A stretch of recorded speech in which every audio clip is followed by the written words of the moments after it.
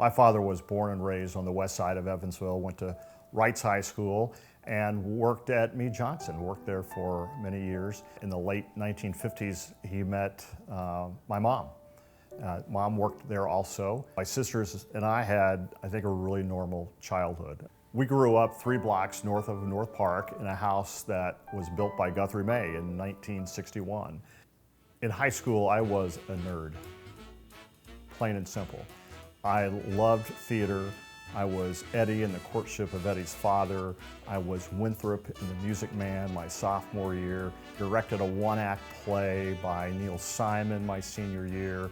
And I was on the journalism staff. I went to the University of Evansville and was a communication major. I loved my internship at Channel 14, and that really hooked me even more, and that started me on an 18-year career in broadcast news. Have you heard Bird? In another News Center 25 exclusive, victims We're live and the scene is very intense. Police storm. If you haven't heard Bird, you don't know the news. News Center 25 anchors aren't hosts, they're award-winning reporters. Shannon Hurd and Brad Bird dig deeper. News Center 25 is committed to bringing you the news firsthand. So we go out and get it. Have you heard Bird? They're coming on for you at 5, 6, and 10 on News Center 25. Being a news director is a challenge because every day is different. You may have a story meeting at 9 o'clock in the morning, and by 10, 5 things have happened that you had not planned on at all. That's part of the thrill I got out of it personally, is that the exhilaration of that profession was really something that really was driving for me. Lloyd and I met through work. I was the Director of Parks and Recreation for the City of Evansville. And Lloyd was working as a news reporter, and so he would often come in and try to find the stories. A few years later, she was really, really good friends with one of my sisters, and Carol was single, and she would say to my sister, I need an escort to some event, and my sister would say, just ask Lloyd, he'll be in town, he likes going to that kind of stuff. We started out with an event at Wellburn, and then we went to several other things. It developed into more than a friendship, but became a very loving relationship. I had an opportunity to do something totally different. A good friend of mine was the CEO of what was Citizens Bank. They were acquiring other banks, they were expanding, they needed to change their name, they needed someone to lead that marketing effort, and I had a chance to do something totally different. I did that for 13 years, and that time at the bank really gave me a sense of great satisfaction. I got a taste of what corporate life was like, and I really became intrigued by how corporations worked, how business worked.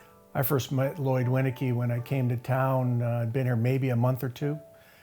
He reached out to me, we got together. He was at Fifth Third as the head of marketing, just wanted to introduce himself. Any interaction with Lloyd wasn't about competition, it was really about what we can do together to better the community. He makes you feel very comfortable in any conversation.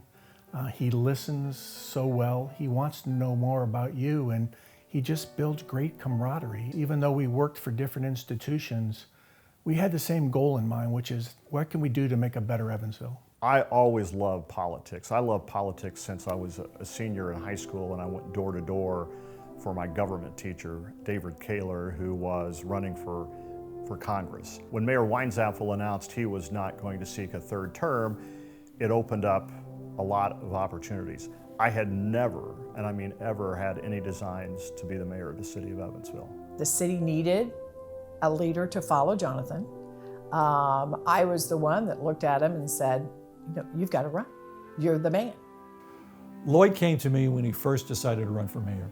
And he said, I'd like to know a little bit more about what's happening. What are the real challenge areas within our community? So I took him for about 3.5 hours, and we drove around various neighborhoods around the city. The leaders that you really want are those that think about what it is that we can do to put ourselves in a position to change the community, to make it better. And Lloyd is one of those kind of leaders.